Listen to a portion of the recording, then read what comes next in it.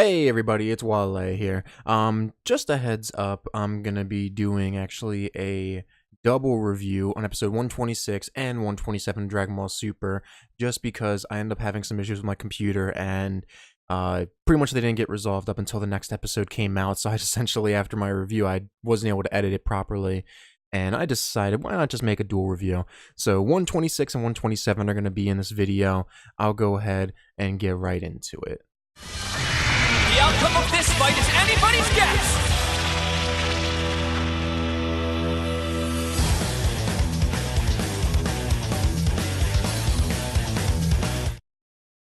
Alright, everybody, so episode 126 of Dragon Ball Super went live on Saturday, and I know this is a late video, but I was binging out on some stuff. But either way, let's go ahead and hop right into it. Episode 126, we actually had Toppo and 17 fighting it out. Now, in that episode, Toppo overwhelms 17, and pretty much he wrecks my dude. He wrecks him. Either way, we also cut over to Vegeta and Goku. They're continuing their fight with Jaron. Jaron obviously is still holding his own and being able to do what he needs to do. And amongst the fight, Vegeta pretty much tries to catch Jaron off guard from behind. Jaron, obviously knowing that, pretty much has Toppo come over and split them apart. So it's Goku versus Jaron and Vegeta versus Toppo. Now, in this episode, a lot of stuff didn't really happen, and it was mainly just focused on just the main fight with Vegeta and Toppo. There was some extra stuff in it. I know Vegeta goes like all out in his final flash and everything like that, and Toppo just straight up uses his destruction to just straight up annihilate it. On top of that, they continue fighting. Vegeta's holding his own in his new form, so he's able to at least deal with Toppo to an extent, but still he can't fully go against a god of destruction like Toppo on his level, at least.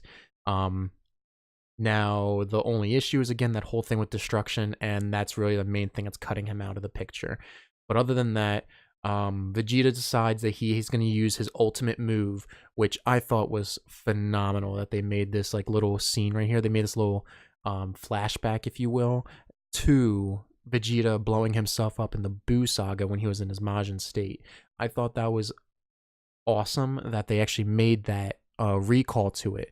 Just because you don't see a whole lot of flashbacks in Super, but they do make occasional cuts to, like, they do mention certain parts of Dragon Ball Z, more so in the Buu saga. For example, when Gohan was training with Piccolo before this whole thing, Piccolo also mentioned the whole thing with Buu and how Gohan couldn't really reach his potential because he was too arrogant about it. And again, they're doing a whole thing. And the one thing I do like is they actually took raw footage from the original scene, because the animation and everything from it was just like how it was back then. And I absolutely loved it. They kept everything the same from back then. And I thought that was a great job that they did that. But either way, back to that episode, Vegeta pretty much blows himself up and uses the same move that he pretty much used on Buu. Toppo, trying to block it, uses his destruction. And during that, Vegeta's pretty much pushing against it, and you end up seeing the ball of destruction of pretty much engulfing Vegeta as whole, and you're thinking to yourself, well, geez, is he really gonna be able to hold his own against this? And you end up finding out that Vegeta can break that limit, which is something that I think is pretty good, and he actually pretty much blows up that ball of destruction, knocking Toppo and pretty much essentially most of the ring. Like the ring's destroyed now. The ring that was originally like split apart by Toppo is now just like obliterated because of Vegeta, and Toppo's now like completely wrecked. He got flown off, and you think Vegeta's dead.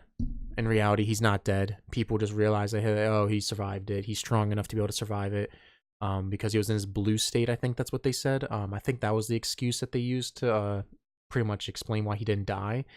But either way, he gets eliminated. Vegeta ends up eliminating Toppo. 17 actually comes out from the rubble scene and finding out that 17's still okay, which is pretty good as well, because usually for someone of his caliber, you would expect him to be knocked out as well, and it would to be just like Goku, Vegeta, and Jiren. You would expect it just to be like that, the original main characters against the new character, the new super strong character of the episode, over the series. But either way, one thing ends up happening is Jiren finally talks again, and the way he acts is very different from the way he's been acting lately. He hasn't really shown his personality that much, but he's starting to show a little bit more of his temperament and his personality in this one. It's very weird because when he speaks, he talks to Toppo after Toppo gets knocked out. And they're like, we have to, and they're pretty much essentially saying they have to rely on Jiren, and they're telling him, we're thankful for you, and we really hope that you can win this for us. And Jiren looks at Toppo and essentially says, that he's pathetic. That essentially he gave up everything and he still couldn't do anything. He was pathetic. He was useless, and admits that pretty much Goku, even Goku, the one who pretty much started this whole tournament, it's just like, how could you say something about your teammate like that? Jiren obviously doesn't care, knocks Goku off to the side, and ends up congratulating Vegeta, which is very, like, he compliments them, but he compliments Vegeta in this episode in a very odd manner, because he compliments him in like a villainous, condescending kind of way. It's weird. It's really weird. He pretty much like looks at him and says, he's like, you've kept everything that you've had. You didn't give up everything, and you managed to defeat Toppo. Something along the lines of like, well done, and stuff like that. It's very weird how Jiren is talking. And then he says, like, now feast your eyes on this and all this other stuff. He's starting like, I don't know what they're doing with him, how they're trying to build him, but they're making him seem kind of on the darker side now. They're not really, like, he seems very weird. Like, when I first saw Jiren, I expected him to be some super justice, like, type of prideful character. A character full of pride and everything like that, but he's kind of an asshole. That's really the best way I can really put it. He's kind of a dick to his teammates. And I don't know where they're gonna take him with this. I don't know if they're gonna continue building him in that direction, where he's kind of condescending, or if they're gonna make him more, I guess, prideful. But like, either way, it's not looking very good on Jiren's end when it comes to character development. I don't know. Also on top of that, the animation was a little funky. I mean, it was good animation overall, but the one thing I will mention is there's two big issues. When Vegeta got up from the whole thing with his explosion, his like arm was like just straight up blotched on the one side. Like, he was holding his one arm, and it looked like his whole elbow with his arm was just fused. Like, it looked weird. Like, there was no contouring to his one arm. Like, it was just like straight forearm, weird blotch, and then part of his tricep. It was real funky. It was like a giant wide open plane of just empty spot, like an empty spot on his arm. And then on top of that, Gohan, his hair just looked like it didn't have any definition to it. It didn't have any like style where you can see that he had hair. It just looked like one big black jet streak on his head. It looked very weird. But overall, it was very good animation wise, other than those like two really big things that stood out to me. And like, honestly, it was pretty hard to miss that stuff. You would have to really not pay attention to miss that. But overall, the episode was really good. The next step, we end up finding out there's 4 minutes left in the tournament. Jiren actually starting to power up. He's starting to show his true strength. In the next episode, we're gonna end up finding out how strong Jiren can really be. It pretty much alludes to the fact that he overwhelms them like completely. Like, he just straight whips them. And 17 might be making a sacrifice. It's alluding to it, because it's mostly like Goku talks a lot about 17 in that little preview. But we'll have to find out when the time comes. Either way, guys, that's my full thoughts on the review. The outcome of this fight is anybody's guess.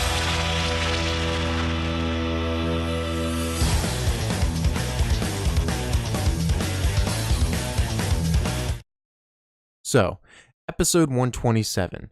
Episode 127 was intense. What we end up seeing is pretty much Jiren using all of his power in this. And we actually get some backstory on him, which I'm finally happy that we got. And honestly, at the same time when it came to the backstory, because we end up learning that the reason why Jiren is so strong is pretty much because in a way, he kind of used people to pretty much make amends for his past, to pretty much get rid of an evildoer who killed his family and or village.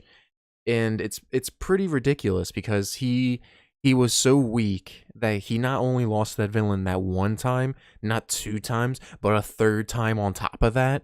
And ever since then, he just doesn't trust anybody in general now. Like, he altogether just doesn't trust people. And he only looks at it as if you're not strong, you are weak. Only the strong can survive. That's essentially what he looks at it as. And he has a wish for the Dragon Balls, but no one knows what it really is other than Belmont. And one thing I really got to point out, though, is that they're really making him kind of seem... they're really making him seem very arrogant.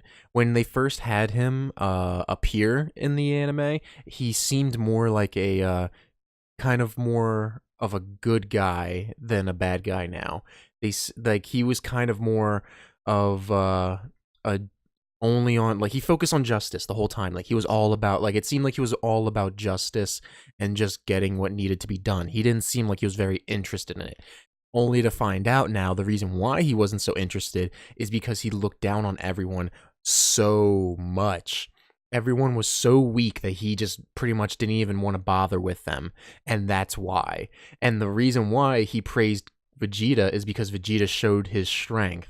And now he's pretty much mocking everybody. So in this episode, 17 actually sacrifices himself, which is very upsetting. He did a really good job in this tournament. I was very surprised because during the whole tournament, like, he was able to deal with Goku and his not Vegeta. He was able to deal with Goku and his Super Saiyan Blue state when he was first recruited, and he was able to hold his own. Obviously, Goku was probably just toning it, like dialing it down a little bit, but still, he was able to uphold that strength with him. And in this episode, he ends up saving them because Vegeta and Goku both go after Jiren. They get completely destroyed. They like don't stand a chance against the dude. And 17 uses his barrier to pretty much stop his attack because Jiren uses an energy ball, and that ball is like literally the size of the tournament. It's massive. It is massive, and he essentially is about to blast them away. And 17 puts up his barrier for them. Ends up pretty much not really working. So he uses his barrier on Vegeta and Goku, and self-destructs, pretty much negating that blast attack. Now, the one thing though is that Jiren doesn't face any penalties because it's a self-destruct.